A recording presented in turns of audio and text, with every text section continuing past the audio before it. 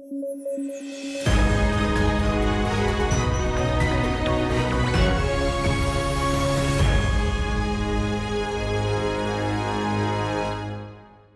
News at 9 में आपका स्वागत है। मैं हूं विरत दुबे। आइए जल्दी से डालते हैं आज की हेडलाइंस पर नजर। YouTube को मिले भारतीय मूल के सीईओ। दुनिया में भारतीय मूल के सीईओज का है दबदबा। नेचुरल मैनेजर्स होते हैं भारतीय। वर्ल्ड सस्टेनेबल डेवलपमेंट समिट नई दिल्ली में होगी आयोजित। टेरी का फ्लैगशिप इवेंट है WSDS। 2015 में अपनाया गया था the 2030 agenda of sustainable development. और विश्व बैंक के अध्यक्ष डेविड मॉलपास ने की इस्तीफे की घोषणा। यूएसए की सरकार चुनती है विश्व बैंक का अध्यक्ष। ब्रेडन वुड्स सम्मेलन में आया था विश्व बैंक अस्तित्व में।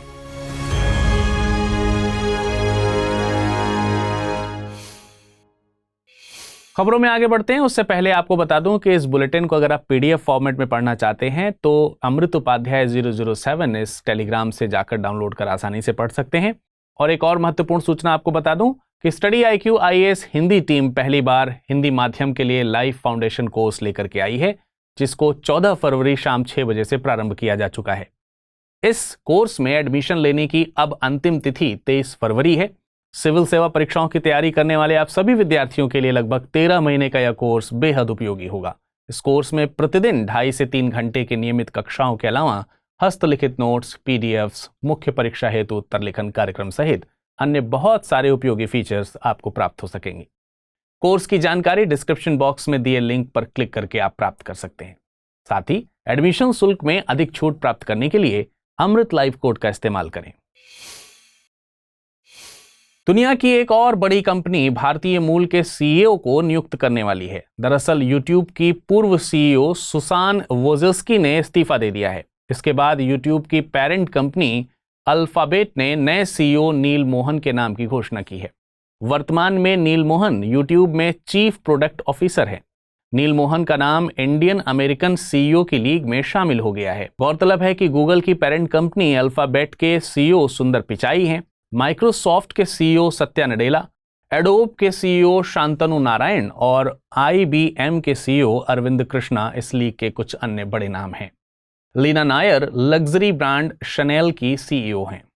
USA के वर्कफोर्स में भारतीय मूल के लोगों की संख्या तकरीबन 6% है। हालांकि टॉप पोजीशन पर यह मौजूदगी इस अनुपात में कहीं ज्यादा है। मेड इन इंडिया मैनेजर के लेखक के मुताबिक कोई और देश अपने नागरिकों को इतने ग्लैडिटोरियल मैनेजर्स में तैयार नहीं करता जितना कि भारत। मतलब ये कि भारतीय एक रफ टफ माहौल में बड़े होते हैं। कॉर्पोरेट स्ट्रेटेजिस्ट CK प्रहलाद के मुताबिक भारतीयों में नेचुरल तौर पर मैनेजर बनने की क्षमता होती है। वे बर्थ सर्टिफिकेट से लेकर डेथ सर्टिफिकेट तक, स्कूल जाने से लेकर जॉब हासिल करने तक ठीक ठाक स्ट्रगल का सामना करते हैं। इसकी एक वजह 1960 में USA की इमिग्रेशन पॉलिसी में हुआ बदलाव भी है। इस दौरान सिविल राइट्स मूवमेंट्स की बदौलत नेशनल ओरिजिन कोटा के स्थान पर स्किल्स को तवज्जो दी जाने लगी। टेरी यानी TERI the energy and resources institute की सालाना आयोजित होने वाली बैठक WSDS 22 से 24 फरवरी 2023 के बीच नई दिल्ली में होगी। WSDS से मतलब है वर्ल्ड सस्टेनेबल डेवलपमेंट समिति। इसकी umbrella theme mainstreaming sustainable development and climate resilience for collective action रहेगी। समिति का आयोजन साल 2001 से किया जा रहा है। TERI यानी टेरी नई दिल्ली स्थित एक स्वतंत्र रिसर्च इंस्टीट्यूट है। WSDS टेरी का एक फ्लैगशिप इवेंट है। इस इवेंट के जरिए टेरी की कोशिश रहती है कि जलवायु परिवर्तन से लड़ने के लिए सरकारों, व्यवसायों, अकादमियों और वैज्ञानिकों और युवाओं आदि को एक मंच पर लाया जा सके। टेरी की बात करें तो यह एक स्वतंत्र और बहुआयामी संगठन है। यह जलवायु परिवर्तन, पर्यावरण आदि विषयों में गहन शोध करता है। टेरी के मुख्य क्षेत्र हैं संसाधनों के प्रभावी उपयोग को बढ़ावा देना, सतत प्रक्रियाओं तक पहुंच को बढ़ाना और पर्यावरण पर जलवायु परिवर्तन के प्रभाव को कम करना। साल 2015 में संयुक्त राष्ट्र के सदस्यों द्वारा the 2030 agenda for sustainable development को अपनाया गया था। इसके तहत 17 SDG निर्धारित किए गए हैं। इन लक्ष्यों को साल 2030 तक हासिल किया जाना है। पहला SDG है हर जगह से हर रूप में गरीबी को खत्म करना। दूसरा SDG है भूख को खत्म करना, खाद्य सुरक्षा को हासिल करना। तीसरा है अच्छा स्वास्थ्य, चौथा है गुणवत्ता परक शिक्षा की बात करना, पांचवां लैंगिक समानता की बात करता है, छठवां स्वच्छ जल और स्वच्छता से संबंधित है, सातवां एसडीजी वहनीय और स्वच्छ ऊर्जा से संबंधित है, आठवां गरिमामय काम और आर्थिक समृद्धि से संबंधित है, नवां एसडीजी उद्योग नवाचार और अवसंरचना से संबंधित है, 10वां असमानता को कम करने से संबंधित है, 11वां सतत शहरों और समुदायों से संबंधित है, 12वां एसडीजी जिम्मेदार खपत और उत्पादन से संबंधित है, 13वां एसडीजी जलवायु परिवर्तन से संबंधित है, 14वां सतत विकास के लिए महासागरों, समुद्रों और समुद्री संसाधनों का संरक्षण और सतत उपयोग से संबंधित है, 15वां एसडीजी जमीन पर जीवन से संबंधित है, 16वां एसडीजी शांति, न्याय और मजबूत संस्थानों से, और वहीं 17वां एसडीजी लक्ष्यों की प्राप्ति की साझेदारी से संबंधित है। इस खबर की अहमियत को समझने के लिए साल 2016 में यूपीएससी की प्रारंभिक परीक्षा में पूछे गए सवाल पर आइए करते हैं गौर। प्रश्न था, निम्नलिखित कथनों पर विचार कीजिए। धारणीय विकास लक्ष्य यानी सस्टेनेबल डेवलपमेंट गोल्स पहली बार 1972 में एक वैश्विक विचार मंडल थिंक टैंक, जिसे क्लब ऑफ रोम कहा जाता था, ने प्रस्तावित किया था। धारणीय विकास लक्ष्य 2030 तक प्राप्त किए जाने हैं। उपयुक्त कथनों में से कौन सा या कौन से सही है या हैं? केवल एक, केवल दो, एक और दो दोनों, ना तो एक ना ही दो। इसका सही जवाब है विकल्प बी यानी केवल दो। विश्व बैंक के अध्यक्ष डेविड मालपास ने घोषणा की है कि वे अपने 5 साल के कार्यकाल से पहले ही इस्तीफा देंगे। उन्हें साल 2019 में इस पद पर नियुक्त किया गया था। इसकी वजह जलवायु कार्यकर्ताओं की नाराजगी है। दरअसल उनका मानना है कि जलवायु आपदा से निपटने के लिए डेविड मालपास की अप्रोच सही नहीं है। इसके बाद यूएसए की ट्रेजरी सेक्रेटरी जेनेट येलेन ने इस पद पर नॉमिनेशन की बात कही है। लंबे समय से एक परंपरा के मुताबिक विश्व बैंक के अध्यक्ष का चुनाव यूएसए की सरकार तो आईएमएफ के अध्यक्ष को यूरोपीय देश चुनते हैं। गौरतलब है कि साल 1944 में 44 देशों के प्रतिनिधियों ने ब्रेडन वुड्स, न्यू हैम्पशायर में एक सम्मेलन किया था। इसका मकसद विश्व युद्ध से तबाह हुई अर्थव्यवस्था को अंतर्राष्ट्रीय सहयोग से फिर से विकसित करना था। इस सम्मेलन ने 2 संगठनों को जन्म दिया था, आईएमएफ और विश्व बैंक। विश्व बैंक के लिए ड्राफ्टिंग जॉन मेनार्ड कीन्स ने की थी। विश्व बैंक को गठित करने का मकसद था विश्व युद्ध से बर्बाद हुई अर्थव्यवस्थाओं की रीबिल्डिंग और विकासशील देशों का आर्थिक विकास करना। विश्व बैंक गरीबी मिटाने के लिए सतत प्रयासों पर काम करती है। इसका मुख्यालय वॉशिंगटन डीसी में है। विश्व बैंक समूह में कुल 5 संस्थाएं International Bank for Reconstruction and Development, International Development Association, International Finance Corporation, Multilateral Guarantee Agency और International Centre for the Settlement of Investment Disputes शामिल हैं। आईबीआरडी और आईडीए को सम्मिलित रूप से विश्व बैंक कहते हैं।